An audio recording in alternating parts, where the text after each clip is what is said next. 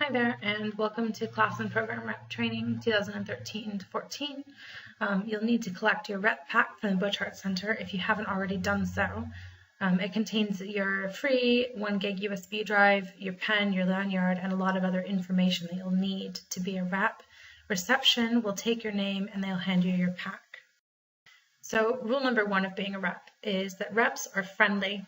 You should introduce yourself to your classmates in person and over email. You should be able to get a blind email list for your class or for the people in your year if you're a program rep.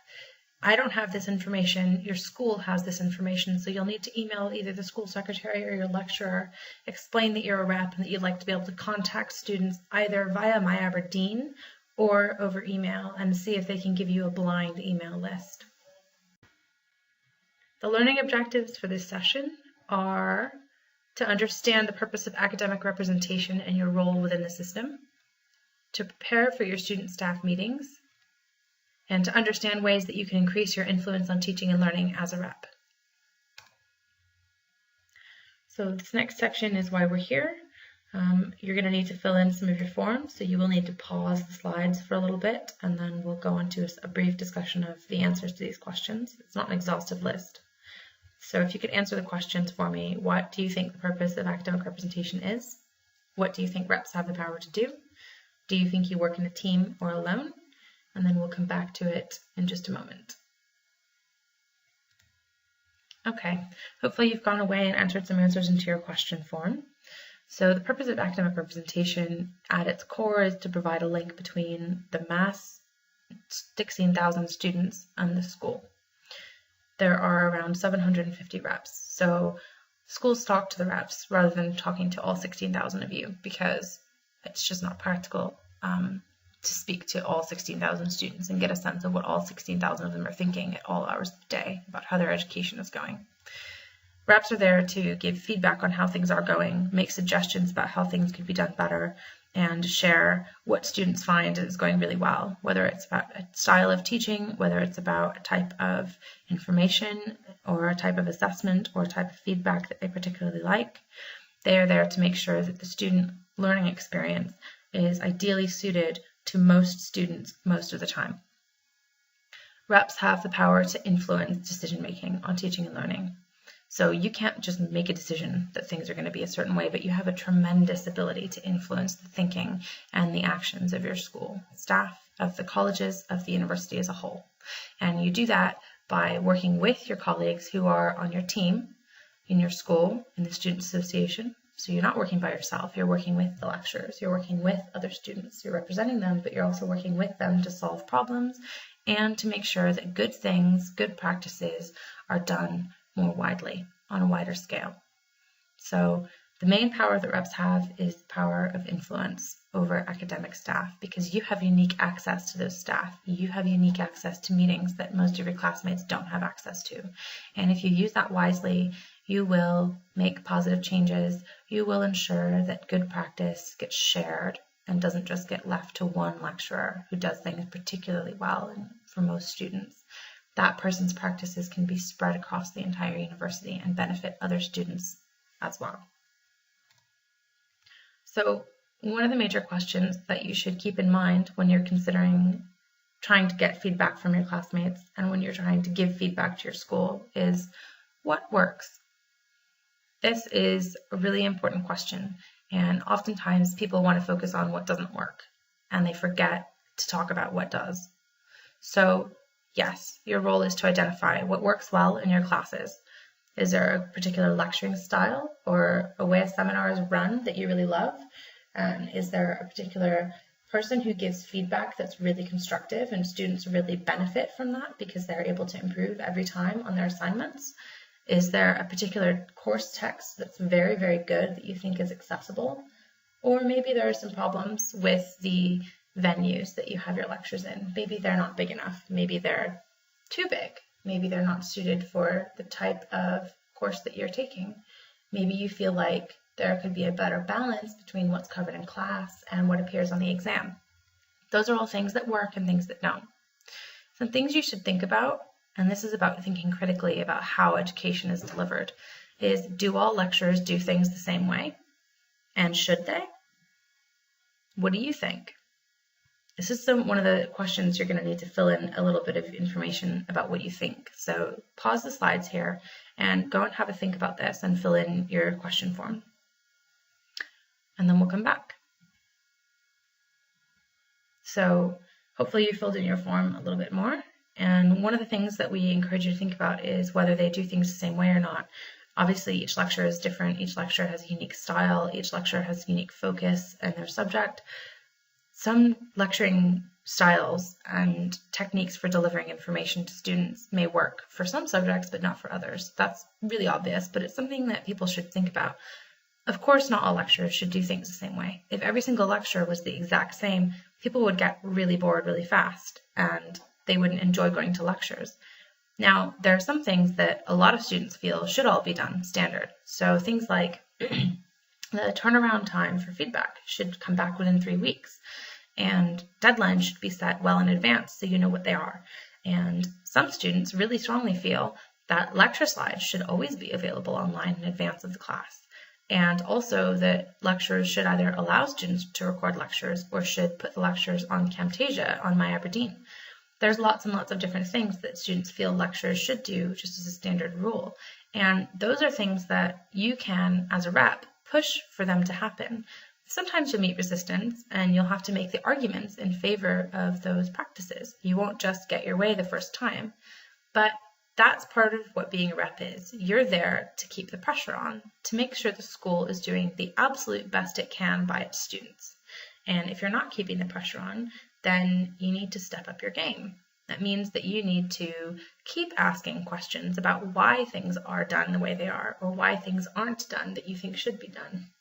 And it should always be not just your opinion. You should back up your opinion with some evidence, whether that's the opinions and desires of your classmates, whether it's the National Student Survey results. It could be anything, but that is something that you should be prepared to do. We need to push on issues sometimes to ensure that the school understands what works and what doesn't for students, because ultimately that's who you're there for, is your fellow classmates and other people who are on your program if you're a program rep. So something that we do in the live session here is a little activity where we get people to make arguments for and against things changing or staying the same on a course. Some things to think about. An example from the training sessions that we've had previously is feedback. Oftentimes, students will want more detailed feedback because they feel like good job or not a great essay isn't really sufficient for them to improve. Now, we would certainly agree here at the Student Association. The problem is, if students ask for additional feedback, there's lots of different ways that could be given. It could be written, it could be one-to-one feedback where you have a one-on-one conversation with your lecturer. The problem that lecturers often have is that they're very pressed for time. They're really overworked. They work really hard, oftentimes for less pay than you would expect them to make. And they also have personal tutoring responsibilities. So they have personal tutoring for around 20 students apiece, plus their lectures, plus their research, plus administrative responsibilities in the school. They might be a director of teaching and learning. They might be a secretary for a discipline.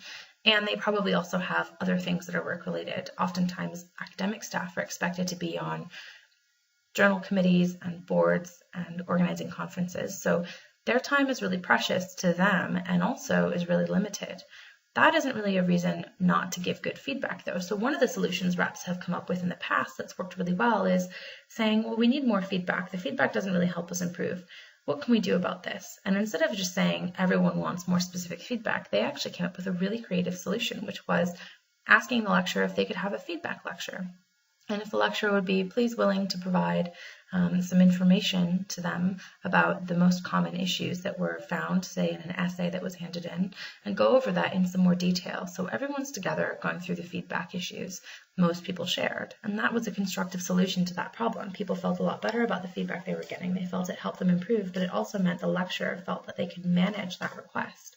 So this is all about finding a compromise solution, and it means the reps often have to be creative because people who are responding to these requests are often really overworked and stressed and will just see it as, oh, that's one more thing I have to do, even if they do see the value in giving you more feedback. So this is one of the things you have to do. You have to be creative in finding solutions, and you have to offer them up at the appropriate time.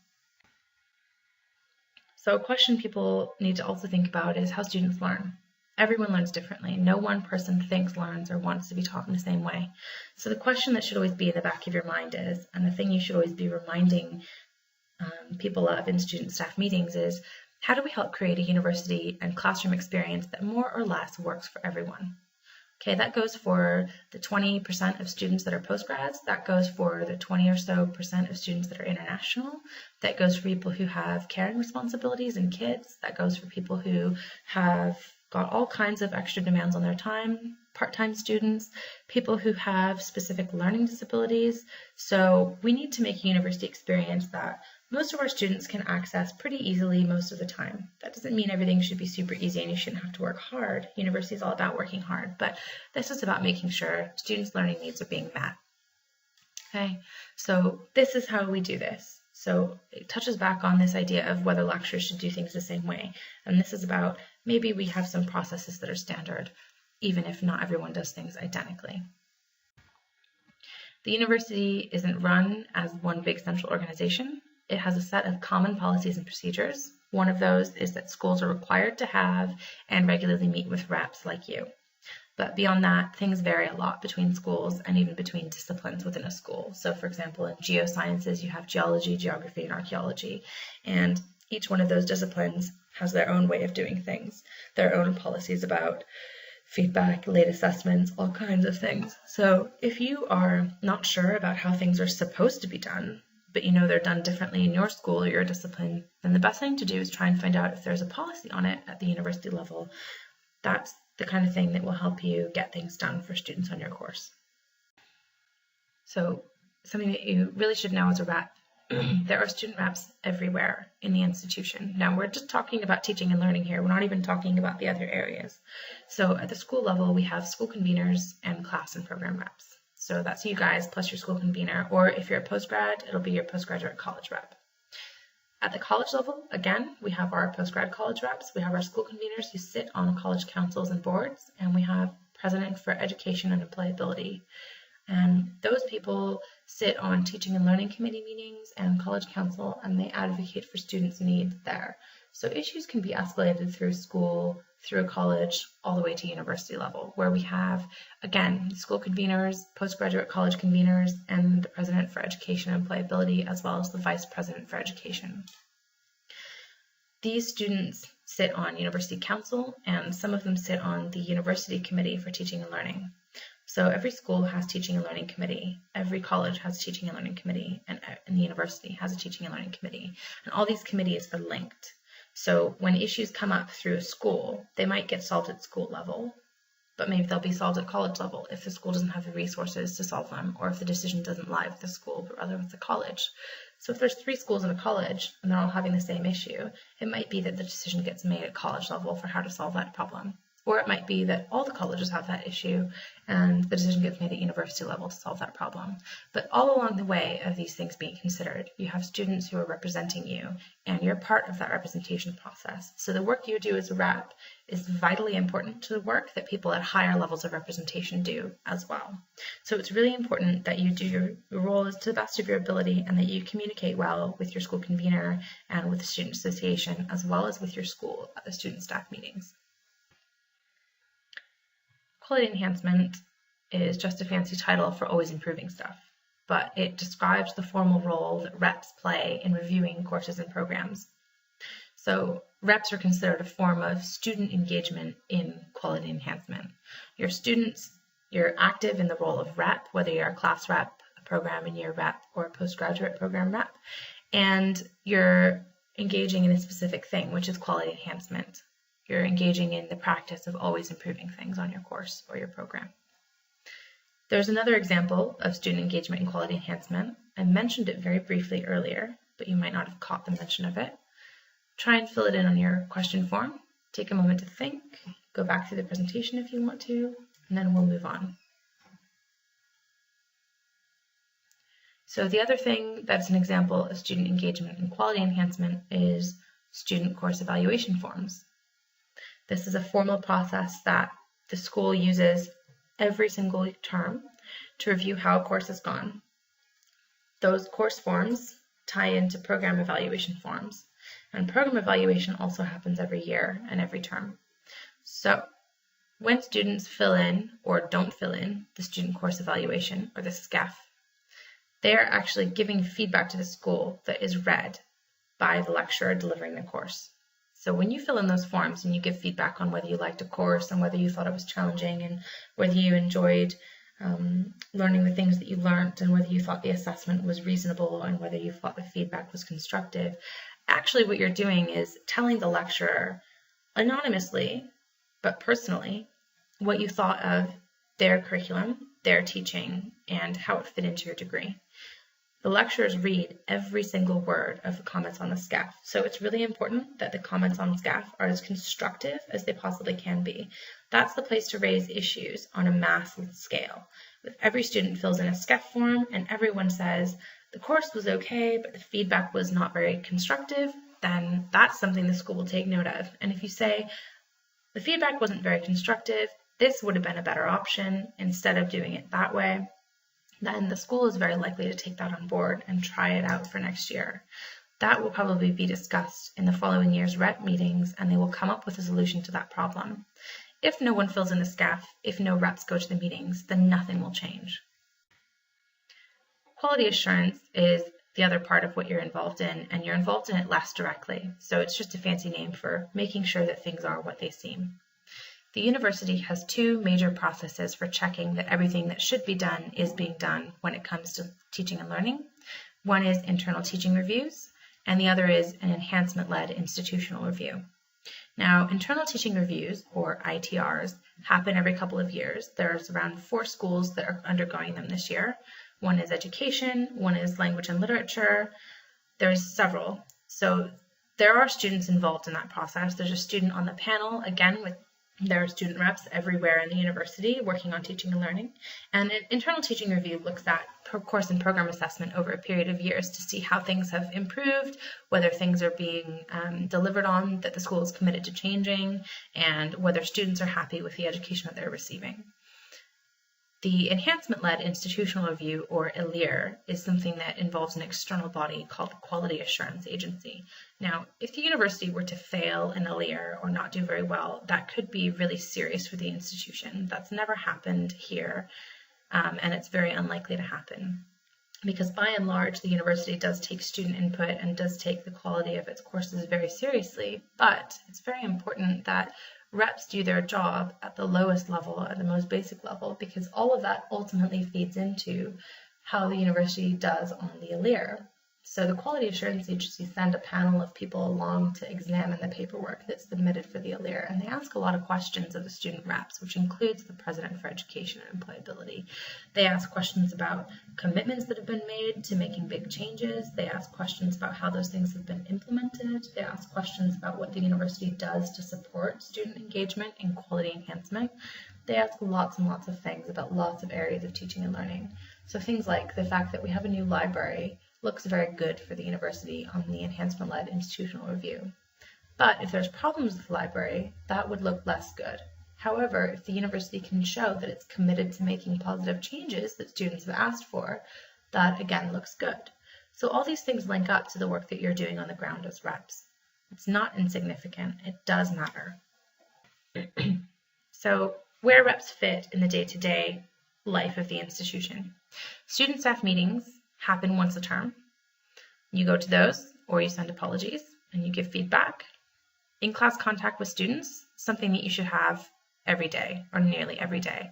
And this is your major opportunity to speak to people. Your main task as a rep is really to be visible to your fellow students and make sure they know you're there, they know who you are, and they know they can come to you with issues on the course.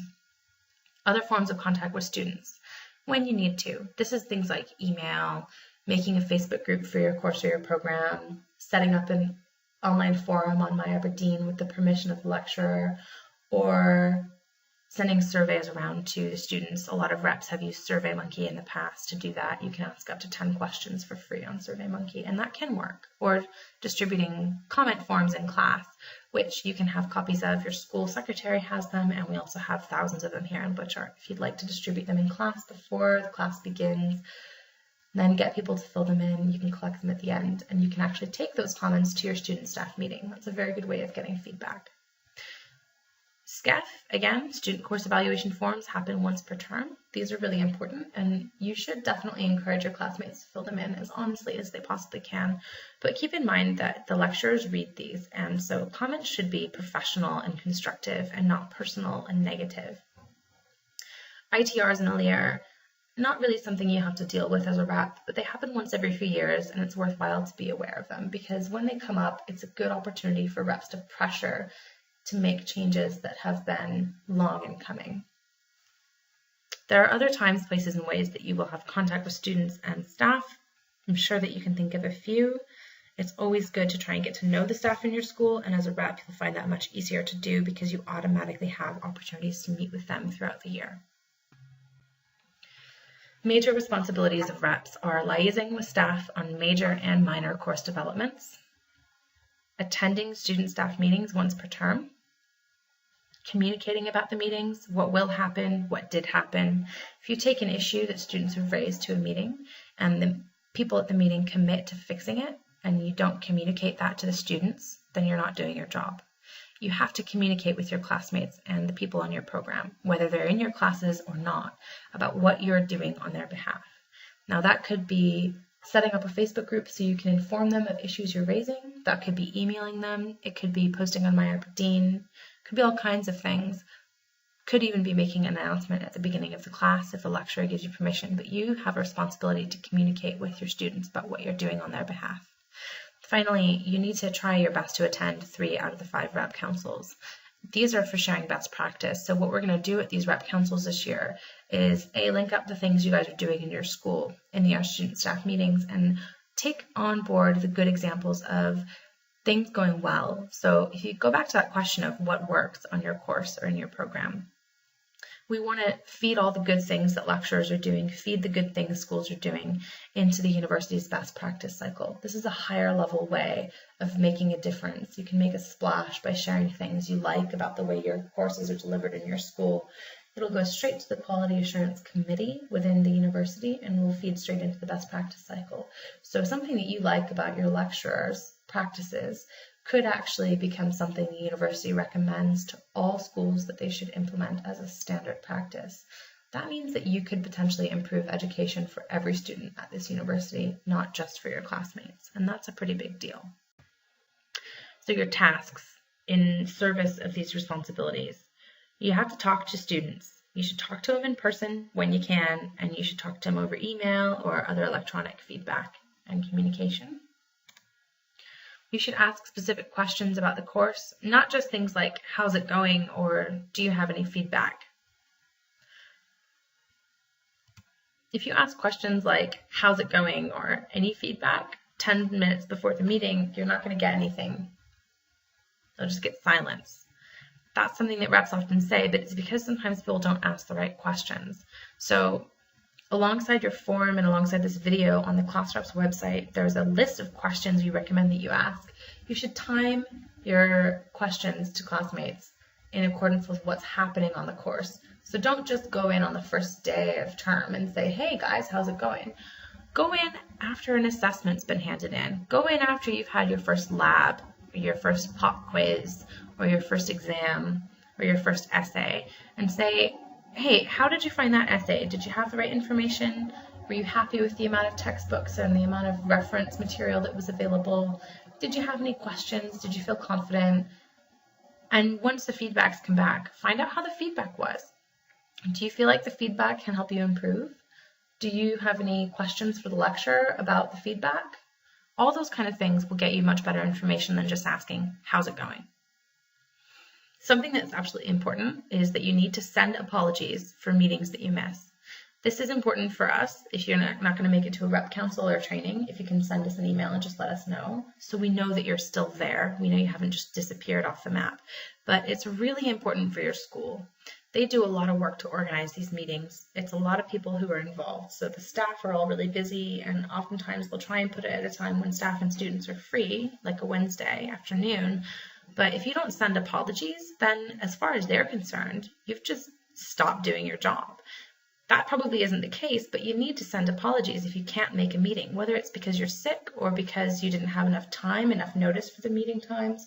Doesn't matter why, but you need to send apologies and let people know. Similarly, it's also good if you know you want to discuss an issue at the meeting, if you can send in an agenda item.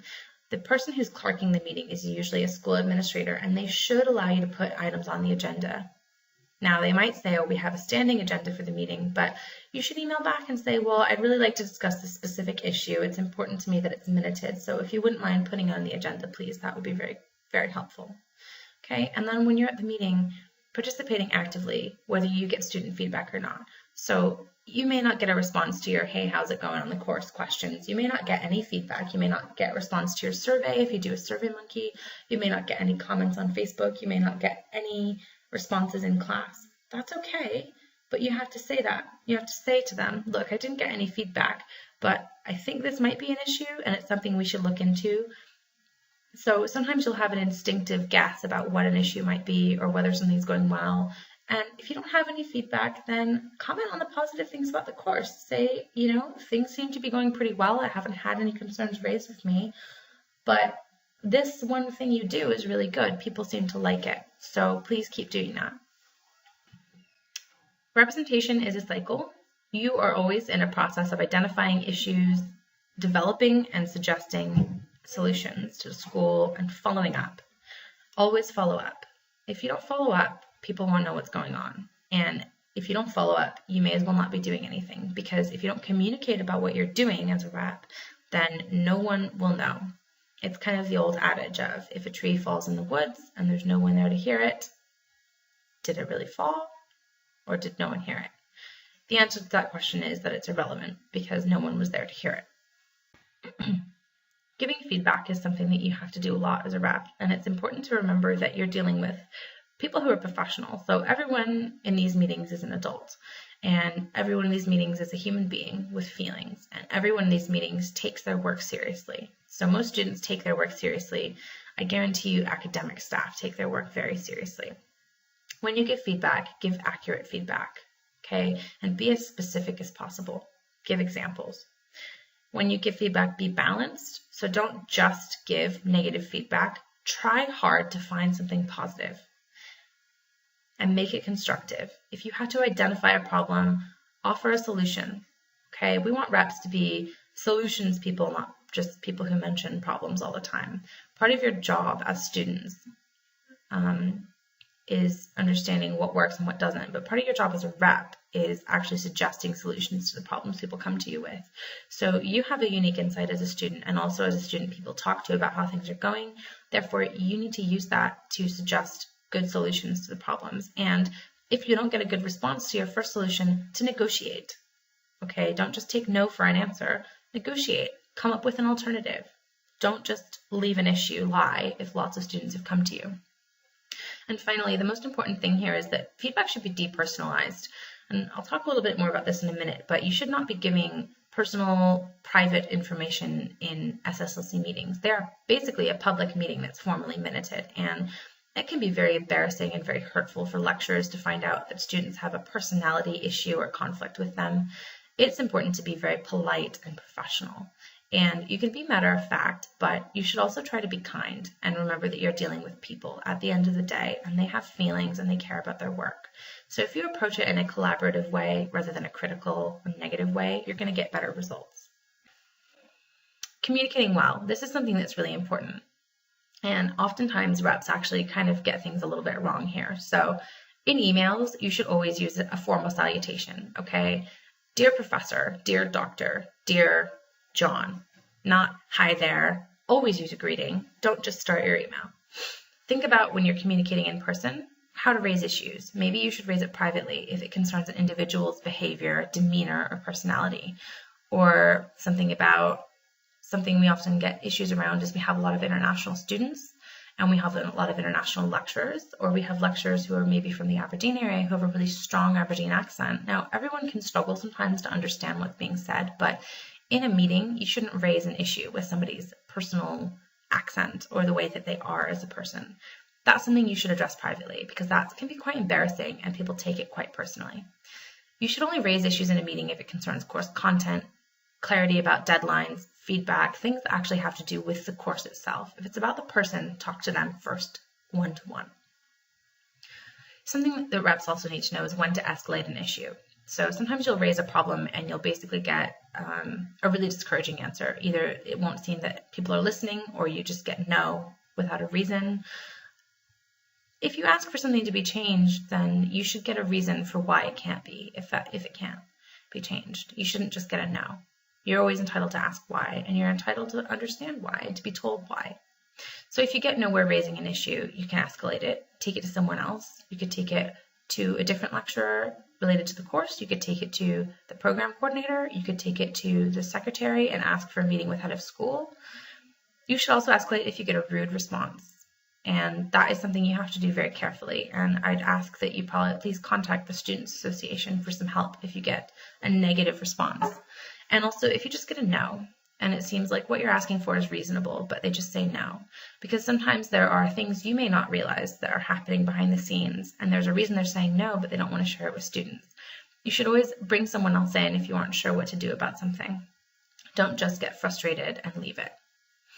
And finally, something that you should know about email behavior in the university. So things that people do without thinking have a lot of meaning. Copying somebody in means one of two things. Either it means this is information that you should have because it's relevant and interesting to you, or it means I don't trust the person I'm emailing to handle this, so I'm copying you in so that I have a witness. Now, you should use that carefully and make sure that you're very clear about why you're copying someone in.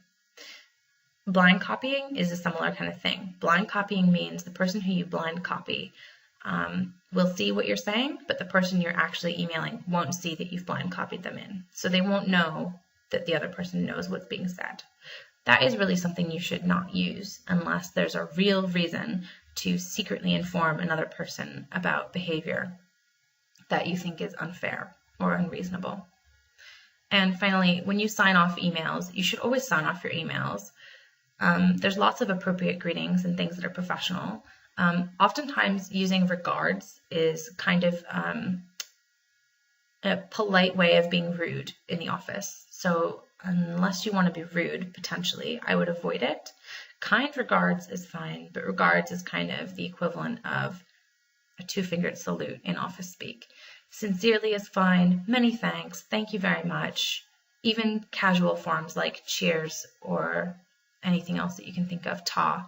If it's a casual email and you have a more casual relationship with the person already, then it's okay. But if you don't know them, be formal. Finally, we'll get on to who to contact. So if you have questions about your role, you should get in touch with me. My name is Jenny Crace, and the email address you should use for class rep questions is classreps@abdn.ac.uk. If you have questions about meetings, you should always email your school administrator in the first place. They have a list of active reps, but if you didn't register or if you were chosen in class and there was an issue getting your registration form on time, they may not have your email. So just get in touch with them and ask about the meetings.